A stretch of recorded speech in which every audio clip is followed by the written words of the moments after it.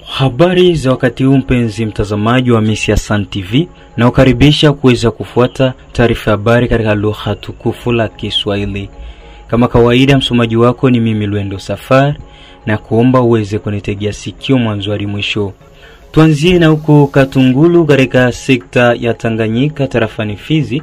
Vijana watatu ikiwa wanafunzi wawili na mwalimu mmoja wamejeruhiwa kwa risasi siku ya Ijumaa ya wiki tunayo ndani ya kijiji cha Katungulu ya kwanza kutokana na maandamano yaliyoendeshwa na wanafunzi kisha mwanafunzi wao kufariki katika mazingira ya kutatanisha. Kwa mujibu wa shuhuda mmoja wa tukio toka kijiji hicho cha Katungulu ya kwanza, amesema wanafunzi walifika kwenye kilio na kuanza kuvuruga shughuli zote, na katika hali ya kusambaza wanafunzi hao wazalendo walipiga risasi ili kuwatawanya, na ndipo mmoja kati yao waliweza kupata risasi hizo kama alivyoeleza kwenye TV yako. Tunatangwa njonu maano no mwana machiwa ano atangilo wa briske bili lwala bazi yawa ele na desmen wakemwenese ngalonge mwana wake ndome eonge akutu amele kolo bili lwala. Sasa ashishile deja mkatrem dismanite ashi masomo dilake mboko. Sasa baada ya hao msawibi wakile o institute ashi masomo ele ni bon kama wenu mwanafunzi yao. Sasa yola lono lusuko lo elma sachinachi banafunzi na ba professeur na ba prefet bachihola yola ano piko wanafunzi na tension wa wanafunzi na bokone bacho na action yanji bela bito nanji manifeste na mu manifeste bacho wazalendo bachihola ano ni yanji pika masasi kazi ela action pika masasi bacho mone achi mobile chayo teta mule banafunzi babele na mwalimu omo bashi basatu banafunzi babele na mwalimu ibapata mabale mamachu omumachu bange bapata tuma kolo kawaida ibae au hospitali tatona manya etaile oile vile hii action ya tokea o ule mazingira mishalo yani alokuto atubriske alokuto abriske tuya kuto ile china lake longe après des semaines no se china lake awila mwana yonga na changele le même jour le même semaine, c'est-à-dire alo china lake ule jeudi ichi wa vendredi mbo mwana yonge ana wa jeudi uchi wa nusu ku vendredi. Yani ile tension ya toke ya bana kwa wanafunzi hichwa nicho na tension ya bibashili ubana yake ulo masomo tabe apendeza yebo nicho etama acte temamo ano ashi ulo wake. Upande mwingine raia huyo ameonyesha hapa vitu vilivyoharibiwa.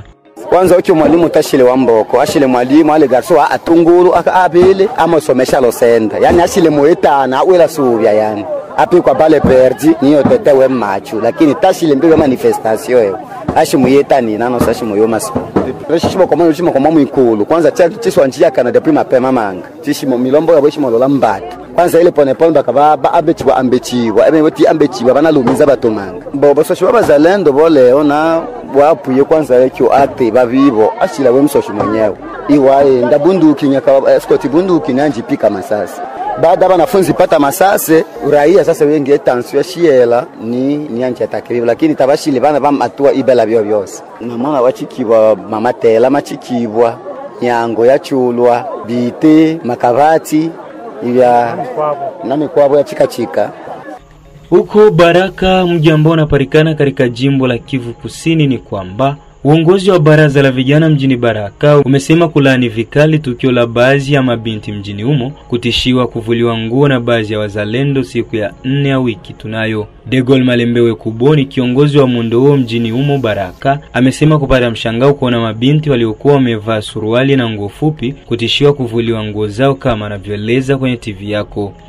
Ndungu mtangazaji, nilirecevoir le message avec beaucoup de regret kuona vijana wangu wa jeune fille kuvuliwa manguo juu, mtu anavala pantalo kuvuliwa pantalo azarani, wengine kupigiwa magoti, wengine kuvuliwa mapantalo surtout mu marché jetem na kote ya Maison Escale. Vraiment ile message ile nisikitisha sana.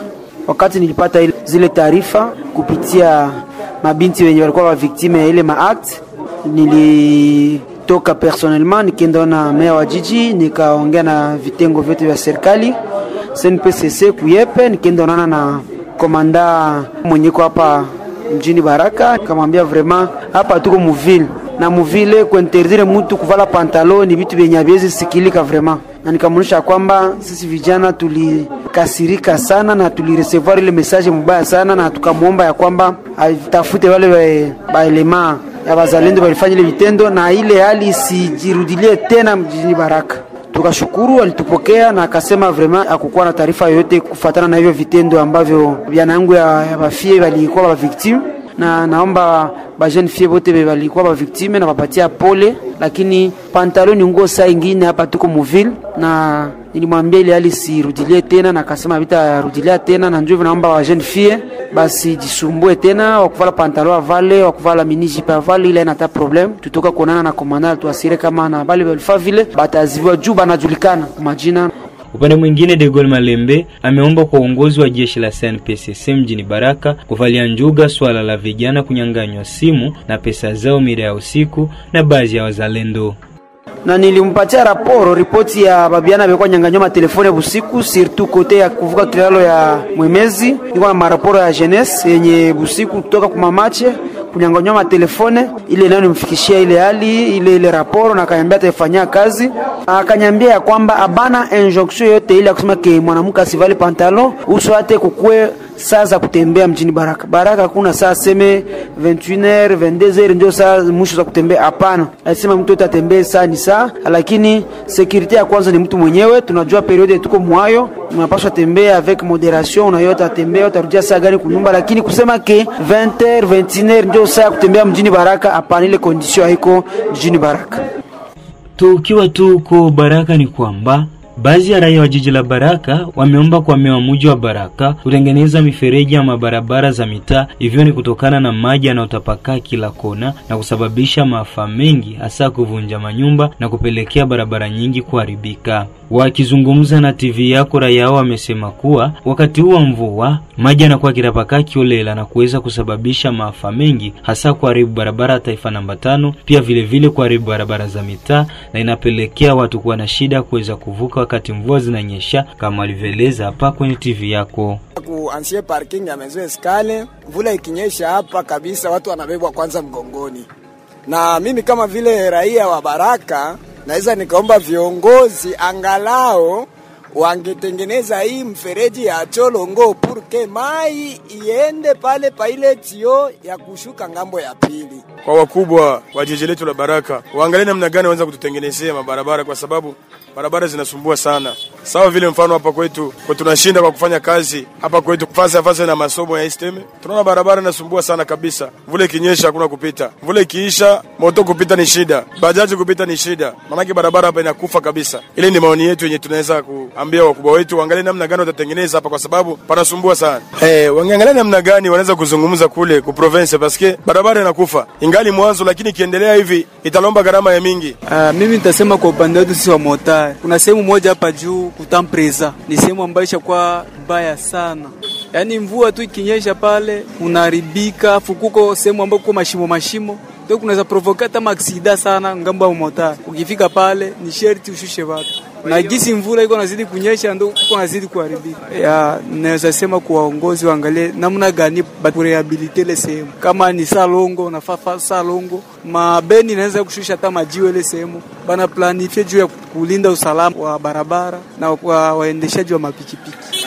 Kwingineko ni kwamba jimbo la kielimu la Kivu Kusini ya pili limeandika kibarua kwa viongozi wa Caritas, pia vile vile na kwa viongozi wa kuwa elimu. Hivyo ni kutokana na mishahara ya walimu kuchelewa kwa miezi miwili sasa. Hali hiyo inaleta picha mbaya ya shirika la Caritas katika jimbo hili la kielimu na inahasiri ubora wa elimu ya watoto wa eneo hilo. Hata hivyo, katika jimbo la kielimu la Kivu Kusini ya pili linalojumuisha tarafa la Fizi na Uvira, walimu wa shule za serikali wanaolipwa na IFOR kupitia Caritas hawajapata bado mishahara yao tangu mwezi Februari mpaka sasa, na hiyo inapelekea kupata ugumu kwa shule ambazo hupata ada za uendeshaji kupitia shirika hilo. Jimbo hilo la kielimu la Kivu Kusini ya pili linajiuliza ni kipi kinasababisha mishahara na ada za uendeshaji kuchelewa wakati benki zote zinatumika katika mji wa Uvira ambako ni makao makuu ya jimbo la Kivu Kusini, kama tunavyosoma ndani ya kibarua hichi. Kibarua hicho kinadai kuwa Kutokana na aliyo, walimu wa shule za kiserikali wanaolipwa na IFOD kupitia Caritas waliendesha mgomo yapata siku 5 sasa kwa ajili ya kuomba mishahara yao. Uongozi huo umeomba kwa namba 1 wa shirika la Caritas nchini DRC na kwa viongozi wengine kupata majibu ya haraka kuhusu tatizo hili kwa ajili ya kunusuru elimu ya watoto. Tumalizie na habari zingine ambako rais wa zamani wa Jamhuri ya Demokrasia ya Kongo Joseph Kabila alionekana huko Eswatini, nchi ambayo ilikuwa ikiitwa zamani Swaziland, ambapo ameshiriki Ijumaa katika sherehe zinazoashiria kumbukumbu ya miaka 57 ya mfalme Mswati wa 3 mbele ya watu kadhaa kutoka nchi hiyo. Kuonekana kwake katika nchi hiyo kumekuja wakati ambapo rais huyo wa zamani wa DRC anafanya safari za mara kwa mara katika nchi za Afrika ya Kusini na Mashariki. Mashtaka kadhaa dhidi yake aliweza kuanzishwa na serikali ya DRC. Wizara ya Sheria ya Kongo inamshtaki kwa ushiriki wa moja kwa moja katika shambulio lililoongozwa na Rwanda kupitia harakati za AFC M23. Kuzuiliwa kwa mali zake ikiwa ni moja hatua zilizochukuliwa na serikali ya DRC. Pia washirika wake kadhaa wa karibu ni baadhi ya watu watakaozuiliwa. Chama cha PPRD ambacho ni chama cha kisiasa kinachoongozwa na Joseph Kabila pia kimezuiliwa kufanya shughuli zozote zile na wizara ya mambo ya ndani. Mamlaka inamkosoa mkuu huyo wa zamani wa serikali tabia yake ya kuwa nyuma kwa hali ya usalama mdogo mashariki mwa nchi, haswa ukimya wake juu ya vita vya sasa na kuonekana kwake Goma, mji ambao uko chini ya udhibiti wa AFC M23. Kwa kujibu, PPRD imetaja kuwa mashtaka hayo ya kejeli ni matumizi mabaya ya madaraka. Chama hicho kinadai kwamba bwana Kabila hawezi kufika Goma na yuko nyuma vikundi vyovyote vyenye kushikilia silaha kinyume cha sheria. Mvutano uliongezeka Jumatano hii wakati Marie-Olive Lembe, mke wa rais mstaafu Joseph Kabila, alilaani uwepo usio halali wa askari wa DRC kwenye shamba la familia la Kundelungu kusini mashariki mwa nchi. Kulingana naye, jeshi la taifa FARDC lilifanya vitendo vya uporaji na vitisho bila agizo rasmi. Mpenzi mtazamaji wa Misia San TV, hadi hapo ndipo tumefika mwisho wa taarifa habari katika lugha tukufu la Kiswahili. Usisahau kulike, kushare na kusubscribe ili wa kwanza kupata taarifa zetu kila wakati na kwa muda sahihi. Bye bye.